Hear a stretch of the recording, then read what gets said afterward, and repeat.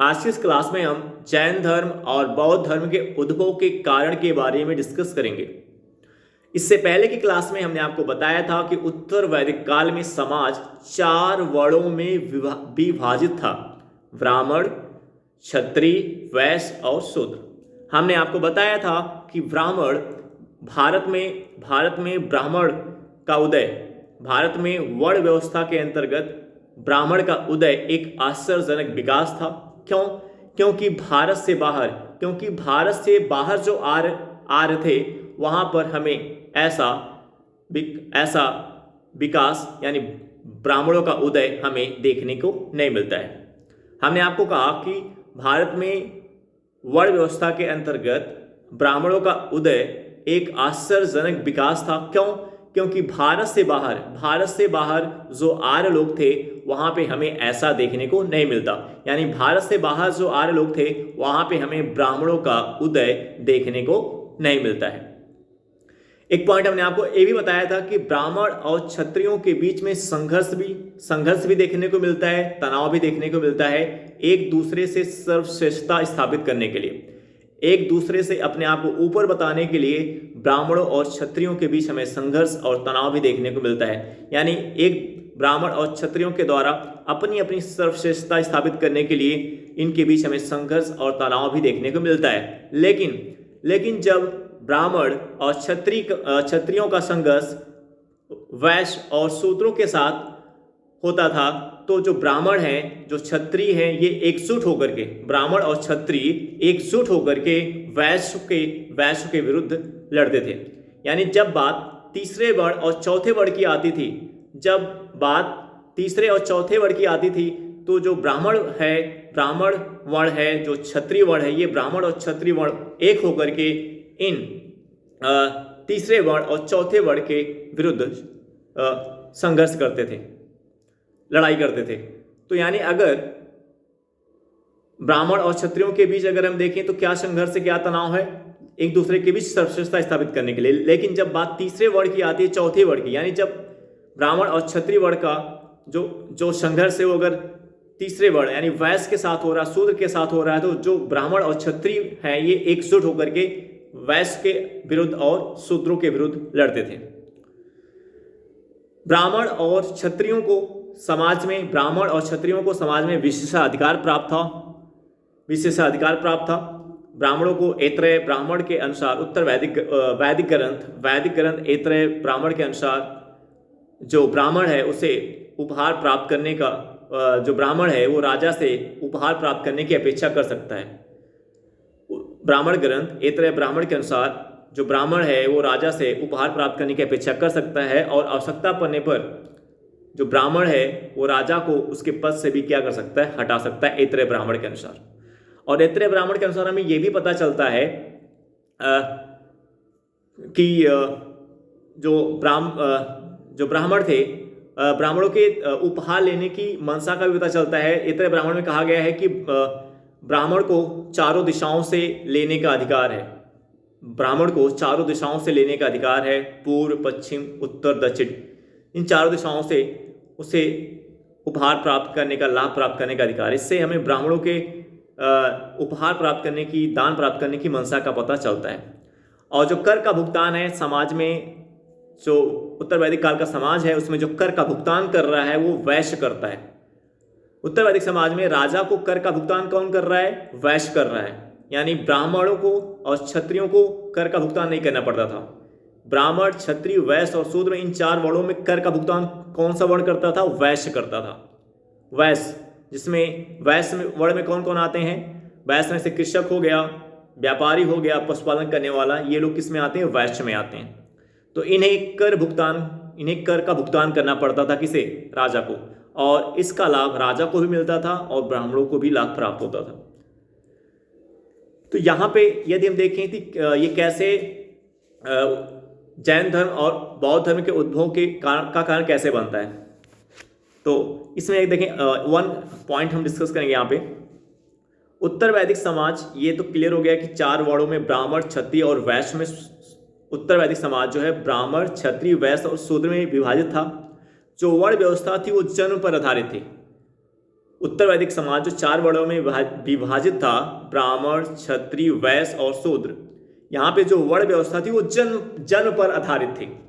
जन्म पर आधारित मतलब यदि आप ब्राह्मण परिवार में जन्म ले रहे हो तो जो ब्राह्मण का पेशा है, व्यवसाय है, वही काम आप कर सकते हो। अगर आप क्षत्रिय परिवार में जन्म ले रहे हो तो जो व्यवसाय और पेशा क्षत्रिय परिवार का, वही आप काम कर सकते हैं। और यदि आप वैश्य वर्ण में जन्म ले रहे हैं तो वैश्य वर्ण में कौन है? कृषक है, पशुपालन करने वाले हैं, व्यापारी हैं, तो वही काम आप कर सकते हो जो वैश्य वर्ण को है। यानी आप कृषि कर सकते हो, व्यापार कर सकते हो और पशुपालन कर सकते हो, तो वही काम कर सकते हो। अगर आपका वर्ण क्या है? वैश्य। अगर आप वैश्य वर्ण में जन्म ले रहे हैं तो वही काम कर सकते हो जो वैश्य के लिए निर्धारित है। इसी प्रकार शूद्र का काम क्या है? अगर आप शूद्र वर्ण में जन्म ले रहे हैं तो आपका काम क्या है? ब्राह्मण, क्षत्रिय और वैश्य की सेवा करना है। तो एक मोस्ट इम्पोर्टेंट कॉन्सेप्ट आपको सीखने को मिल रहा है कि जो उत्तर वैदिक समाज जो 4 वर्णों में विभाजित होता है वो किस आधार पे था? जन्म के आधार पर था। जो वर्ण व्यवस्था थी वो जन्म पर आधारित था। जो वर्ण व्यवस्था थी वो जन्म पर आधारित था। और इसी का विरोध गौतम बुद्ध और जैन महावीर स्वामी के द्वारा किया गया। बौद्ध धर्म और जैन धर्म के द्वारा इसी का विरोध किया गया। इसी कारण से आप देखेंगे जब बौद्ध धर्म और जैन धर्म को आप आगे पढ़ेंगे तो आप ये सीखने के लिए पाएंगे कि जैन धर्म और जो बौद्ध धर्म है, जो जैन धर्म है, ये वर्ण व्यवस्था को जन्म पर आधारित नहीं मानता, ये कर्म पर आधारित मानता है। जैन धर्म और बौद्ध धर्म के अनुसार जो वर्ण व्यवस्था है वो जन्म पर आधारित नहीं होना चाहिए, वो किस पे होना चाहिए? कर्म पर आधारित होना चाहिए। ब्राह्मणों के अनुसार जो वर्ण व्यवस्था है वो जन्म पर आधारित है, लेकिन वहीं जैन धर्म और बौद्ध धर्म के अनुसार जो वर्ण व्यवस्था है वो जन्म पर आधारित नहीं होना चाहिए, वो कर्म पर आधारित होना चाहिए। आपका कर्म निर्धारित करेगा कि आप किस वर्ण में हो। आपका जैन धर्म और बौद्ध धर्म के अनुसार आपका कर्म निर्धारित करेगा कि आप किस वर्ण में आते हो। लेकिन ब्राह्मणों के अनुसार जो वर्ण व्यवस्था थी वो क्या थी? जन्म पर आधारित थी। तो एक मोस्ट इंपोर्टेंट कॉन्सेप्ट है, यहाँ पे क्लियर कर लें आप अपने दिमाग में। जो उत्तर वैदिक समाज में वर्ण व्यवस्था है वो जन्म पर आधारित थी। किस पे थी? जन्म पर आधारित। और जो जैन धर्म और बौद्ध धर्म के अनुसार वर्ण व्यवस्था किस पे आधारित है? जैन धर्म और बौद्ध धर्म के अनुसार वर्ण व्यवस्था किस पे होनी चाहिए? कर्म पर आधारित होना चाहिए। कर्म निर्धारित करेगा, आपका कर्म निर्धारित करेगा कि आप किस वर्ण के हैं, किस वर्ण के अंतर्गत आप आते हैं। आपका कर्म निर्धारित करेगा। अब नेक्स्ट पॉइंट अगर यहाँ पे हम देखें, जैसे ब्राह्मण की बात करें तो ब्राह्मणों को विशेषाधिकार प्राप्त था, जिनका काम पूजा करना, शिक्षा प्रदान करना और उपहार प्राप्त करना, दान प्राप्त करना। ब्राह्मणों का काम क्या था? पूजा करना, शिक्षा प्रदान करना और उपहार प्राप्त करना, दान प्राप्त करना। आपने कल की क्लास में आपको बताया था कि ब्राह्मणों को बड़े पैमाने पर गाय का दान किया जाता था और भी उपहार उसको दिए जाते थे।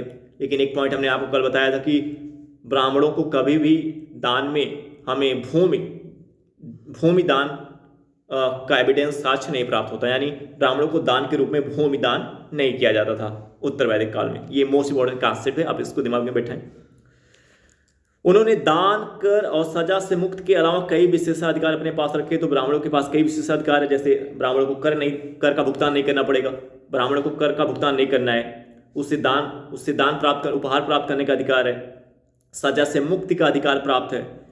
उत्तर वैदिक ग्रंथों में तो आप देख रहे हैं कि ये जो ब्राह्मण है, जो क्षत्रिय वर्ण है, इन्हें समाज में विशेषाधिकार प्राप्त है। और यही जो ब्राह्मणों और क्षत्रियों को जो एक समाज में विशेषाधिकार आपको देखने को मिल रहा है, ब्राह्मणों को जो आपको विशेषाधिकार देखने को मिल रहा है, वही विशेषाधिकार जो है जैन धर्म और बौद्ध धर्म के उद्भव की एक बैकग्राउंड, एक पृष्ठभूमि तैयार कर रहा है। उत्तर वैदिक ग्रंथों में इन विशेषाधिकार के प्रचलन के प्रमाण मिलते हैं। उत्तर वैदिक ग्रंथों में इन विशेषाधिकारों के प्रचलन के प्रमाण मिलते हैं। क्षत्रिय जो वर्ण क्रम में दूसरे स्थान पर थे, लड़ते थे और शासन करते थे और किसानों के लिए करों पर आश्रित रहते थे। ये पॉइंट हमने आपको क्लियर कर दिया कि जो दूसरा वर्ण है, क्षत्रिय वर्ण है, वो क्या करता है? लड़ते थे और शासन करते थे और किसानों से लिए गए करों पर आश्रित थे। तो कर जो वैश्य वर्ण, जिसमें कृषक आते हैं, व्यापारी आते हैं, पशुपालन करने वाले आते हैं, ये राजा को यानी क्षत्रियों को, दूसरे वर्ण को ये कर का भुगतान करते थे। वैश्य में कृषि पशु, एक पॉइंट हो गया। एक पॉइंट यहाँ पे है कि जो वैश्य है इनको ब्राह्मणों के द्वारा द्विज कहा गया। वैश्य को ब्राह्मणों के सॉरी वैश्य वर्ण को ब्राह्मणों के द्वारा द्विज कहा गया। द्विज शब्द का इस्तेमाल ब्राह्मणों द्वारा किसके लिए किया गया? द्विज शब्द का इस्तेमाल ब्राह्मणों द्वारा किसके लिए किया गया? द्विज शब्द का इस्तेमाल ब्राह्मणों द्वारा किसके लिए किया गया? वैश्यों के लिए किया गया। द्विज शब्द का इस्तेमाल ब्राह्मणों द्वारा किसके लिए किया गया? वैश्य के लिए किया गया। द्विज का मतलब क्या होता है? 2 बार जन्म लेने वाला। द्विज का मतलब क्या होता है? 2 बार जन्म लेने वाला। और इस द्विज शब्द का मतलब होता है 2 बार जन्म लेने वाला। और द्विज शब्द का इस्तेमाल किसके लिए किया गया है? ब्राह्मणों के लिए किया गया, सॉरी वैश्य के लिए। ब्राह्मणों द्वारा द्विज शब्द का इस्तेमाल किसके लिए किया गया? ब्राह्मणों द्वारा द्विज शब्द का इस्तेमाल वैश्य के लिए किया गया। द्विज को जनेऊ, कल की क्लास में मैंने आपको बताया था कि जो वैश्य है, वैश्य ब्राह्मण, क्षत्रिय और वैश्य को जनेऊ धारण करने का अधिकार प्राप्त था। वैदिक मंत्रों के उच्चारण, गायत्री मंत्र के उच्चारण का भी अधिकार प्राप्त था। इसकी पहले वाली क्लास में मैंने आपको बताया था कि जो ब्राह्मण है, क्षत्रिय है और जो वैश्य है, इन 3 वर्णों को जनेऊ धारण करने का अधिकार प्राप्त था और गायत्री मंत्र का उच्चारण करने का अधिकार प्राप्त था। लेकिन उत्तर वैदिक समाज में शूद्रों को और महिलाओं को जनेऊ धारण करने का अधिकार नहीं प्राप्त था। गायत्री मंत्र के उच्चारण का भी अधिकार नहीं प्राप्त था। तो अब इस सोसाइटी, इस समाज में, उत्तर वैदिक समाज में अगर आप देखिए, उत्तर वैदिक काल के अंतर्गत आते आते आप देख रहे होंगे कि सामाजिक असमानता आपको देखने को मिल रही है। सामाजिक असमानता के रूप में आपको क्या देखने को मिल रहा है कि ब्राह्मण, क्षत्रिय, वैश्य को जनेऊ धारण करने गायत्री मंत्र के उच्चारण का अधिकार प्राप्त था। वहीं यदि हम शूद्र की बात करें, चौथे वर्ण में जो शूद्र आता है, और यदि हम महिलाओं की बात करें तो इन शूद्रों को, इन महिलाओं को जनेऊ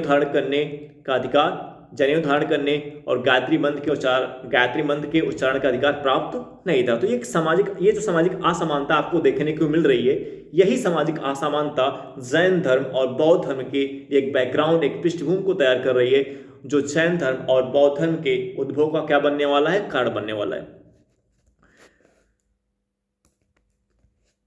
उत्तर वैदिक काल में घरेलू दास मतलब जो घरों के काम के लिए रखे जा रहे हैं, खेतिहर दास जो खेती के काम के लिए रखे जा रहे हैं, बंधुआ मजदूर की तरह काम करते थे।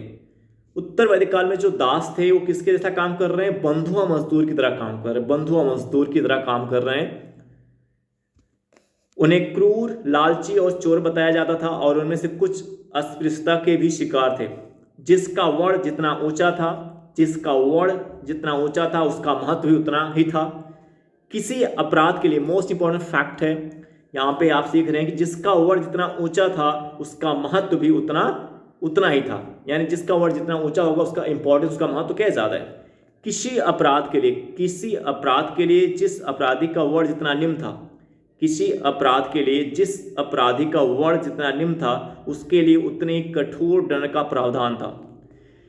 किसी अपराध के लिए से एक ऐसा अपराध जिसको ब्राह्मणों ने वही किया है और शूद्र ने भी वही किया है, तो शूद्र को ब्राह्मणों की तुलना में शूद्र को जो सजा दी जाएगी वो ब्राह्मणों की तुलना में काफी कठोर होगा। तो यहाँ पे कह रहा है कि किसी अपराध के लिए जिस अपराधी का वर्ण जितना निम्न था उसके लिए उतनी कठोर दंड का प्रावधान था। यानी किसी अपराध के लिए जिस अपराधी का वर्ण जितना निम्न था उसके लिए उतना ही कठोर दंड का प्रावधान था। यानी जो निचले स्तर के वर्ण थे, जो चौथे वर्ण के लोग थे, यानी शूद्र लोग थे, तीसरे पे वैश्य लोग थे, यानी जो चौथे नंबर पे शूद्र है, वो कोई अपराध करता है तो उसकी जो सजा होगी ऊपर के 3 वर्णों से काफी ज्यादा होगी। यानी अगर शूद्र वर्ण यक्ष अपराध करता है और ब्राह्मण भी यक्ष अपराध करता है तो शूद्रों की जो सजा दी जाएगी उस अपराध के लिए वो काफी कठोर होगी, जबकि ब्राह्मणों के लिए ऐसा नहीं, ब्राह्मणों के संबंध में ऐसा नहीं होगा। ब्राह्मणों की सजा इतनी कठोर नहीं होगी, जितना कठोर किसका होगा? शूद्रों का होगा। तो ये एक सामाजिक असमानता देखने को मिल रहा है। और यहाँ पे हमने आपको क्लियर किया कि जो यही आप देख रहे हैं कि ब्राह्मणों को विशेषाधिकार प्राप्त ब्राह्मणों को क्या प्राप्त है? विशेषाधिकार प्राप्त है। एक अपराध के लिए, एक सेम अपराध, मान लो एक एक्स अपराध ब्राह्मण करता है, एक एक्स अपराध शूद्र करता है, लेकिन शूद्र को कठोर सजा दी जाएगी उस अपराध की, लेकिन ब्राह्मणों के साथ ऐसा नहीं किया जाएगा।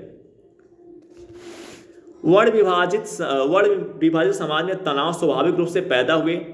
वैश्यों और शूद्रों के संघर्षों का कोई उल्लेख नहीं। मोस्ट इंपॉर्टेंट कॉन्सेप्ट यहाँ पे देखिए, मोस्ट इंपॉर्टेंट फैक्ट है, मोस्ट इंपॉर्टेंट कॉन्सेप्ट, इसको आप हाईलाइट करें। वैश्यों और शूद्रों के संघर्षों का कोई उल्लेख नहीं मिलता। वैश्यों और शूद्रों के संघर्षों का कोई उल्लेख नहीं मिलता। मोस्ट इंपॉर्टेंट कॉन्सेप्ट है। जो तीसरा वर्ण है और जो चौथा वर्ण है, इनके बीच के संघर्षों का कोई उल्लेख नहीं मिलता। वैश्य और शूद्रों के बीच के संघर्षों का कोई उल्लेख नहीं प्राप्त होता। लेकिन क्षत्रिय जो शासक थे ब्राह्मणों के धार्मिक वर्चस्व के विरुद्ध जबरदस्त प्रतिक्रिया व्यक्त करते थे। और हमने आपको स्टार्टिंग में ही बता दिया कि ब्राह्मणों और क्षत्रियों के बीच सर्वश्रेष्ठता स्थापित करने के लिए यानी एक दूसरे से सर्वश्रेष्ठ बताने के लिए ब्राह्मणों और क्षत्रियों के बीच संघर्ष हमें देखने को मिलता है।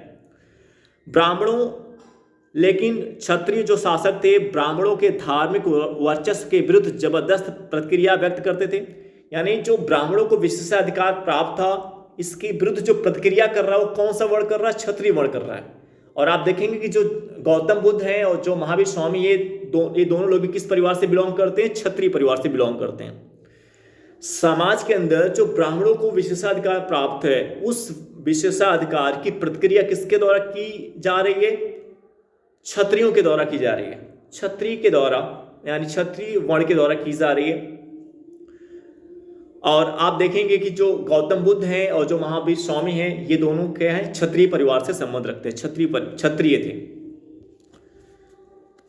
वैश्यों और शूद्रों के संघर्षों का कोई उल्लेख नहीं मिलता है, मोस्ट इंपोर्टेंट कॉन्सेप्ट में। लेकिन क्षत्रिय जो शासक थे ब्राह्मणों के धार्मिक वर्चस्व के विरुद्ध जबरदस्त प्रतिक्रिया व्यक्त करते थे और जन्म वर्ण व्यवस्था की महत्ता के विरोध में आंदोलन का भी नेतृत्व करते थे। क्षत्रियों ने वर्ण विशेषाधिकार का दावा करने वाले ब्राह्मणों के वर्चस्व का विरोध किया, हमने आपको बता दिया। मोस्ट इंपोर्टेंट कॉन्सेप्ट्स को हाईलाइट करें। क्षत्रियों ने वर्ण विशेषाधिकार का दावा करने वाले ब्राह्मणों के वर्चस्व का विरोध किया। जो ब्राह्मण दावा कर रहा है कि हमें उपहार, मैं राजा से, जो ब्राह्मण को विशेषाधिकार प्राप्त है, जो ब्राह्मण कह रहा है कि हमें राजा से उपहार प्राप्त करने का अधिकार प्राप्त है, हम उसे ब्राह्मण को कर भुगतान का अधिकार नहीं प्राप्त है, ब्राह्मण को दान प्राप्त करने का अधिकार प्राप्त है, उपहार बड़े पैमाने पर लेने का अधिकार प्राप्त है, और किसी अपराध के लिए जो है दोष मुक्त भी है, किसी अपराध के लिए उसे सजा भी नहीं दी जाएगी। तो इस प्रकार के जो विशेषाधिकार ब्राह्मणों को प्राप्त है, इसके विरुद्ध प्रक्रिया कौन कर रहा है? क्षत्रिय कर रहा है। क्षत्रियों ने वर्ण विशेषाधिकार का दावा करने वाले ब्राह्मणों के वर्चस्व का विरोध किया। यह विरोध नए धर्मों की स्थापना के कई कारणों में से एक था। यह जो विरोध है, यह विरोध क्षत्रियों का ब्राह्मणों के विरुद्ध जो विरोध देखने को मिल रहा है, क्षत्रियों का ब्राह्मणों के विरुद्ध जो विद्रोह देखने को मिल रहा है, यह विरोध नए धर्मों की स्थापना के कई कारणों में से एक थे। और इसी धर्म में एक जैन धर्म आ रहा है, एक बौद्ध धर्म आ रहा है। तो जो बौद्ध धर्म और जैन धर्म के आने के पीछे का क्या कॉन्सेप्ट है, क्या बैकग्राउंड है, क्या कारण है कि जो जैन धर्म और बौद्ध धर्म के उद्भव का कारण बनता है? तो यही आप देख रहे हैं। आप देख रहे हैं एक नया धर्म आपको, जैन धर्म, बौद्ध धर्म, एक नया धर्म आपको देखने को मिल रहा है। वैदिक काल समाज के बाद आपको नया धर्म, जैन धर्म और बौद्ध धर्म देखने को मिल रहा है। इसके पीछे का रीजन क्या है? इसका कारण कहाँ पे छिपा हुआ है? वैदिक काल में छिपा हुआ है। ब्राह्मणों को प्राप्त विशेषाधिकार, जो वर्ण व्यवस्था की शुरुआत आपको उत्तर वैदिक काल में देखने को मिल रही है, जिसके अंतर्गत उत्तर वैदिक समाज जो 4 वर्णों में ब्राह्मण, क्षत्रिय, वैश्य और शूद्र में विभाजित हो गया, और जो ब्राह्मण वर्ण है उसे जो समाज में विशेषाधिकार प्राप्त है, उस विशेषाधिकार के विरुद्ध प्रतिक्रिया क्षत्रियों के द्वारा की जा रही है। जैन धर्म की स्थापना करने वाले वर्धमान महावीर और बौद्ध धर्म की स्थापना करने वाले गौतम बुद्ध क्षत्रिय कबीले के थे और दोनों ने ब्राह्मणों के वर्चस्व की चुनौती दी। ये पॉइंट हमने आपको पहले ही बता दिया। आज के सेशन में हम जैन धर्म और उद्भव के कारणों में इतना ही डिस्कस करेंगे, और पॉइंट हम कल डिस्कस करेंगे। जैन धर्म और बौद्ध धर्म के उद्भव के कारणों से संबंधित और भी पॉइंट हैं, इससे हम कल डिस्कस करेंगे। आई होप दैट ये क्लास आपको समझ में आई होगी। अब हम आपसे नेक्स्ट वीडियो मिलेंगे। Okay, bye.